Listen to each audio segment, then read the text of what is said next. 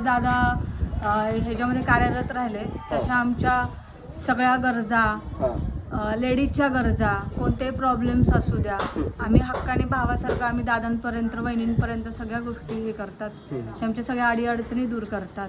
हो झालेत, रस्त्याची कामं केलेली आहेत दादांनी, वेळोवेळी दूध वाटप, साखर वाटप, परत सगळे सण उत्सव, रंगपंचमी असू द्या, ह्याच्यासाठी आम्हाला सगळे सण उत्सव एकत्र महिला येऊन आम्हाला ते एन्जॉय करता येतात फलटणमध्ये.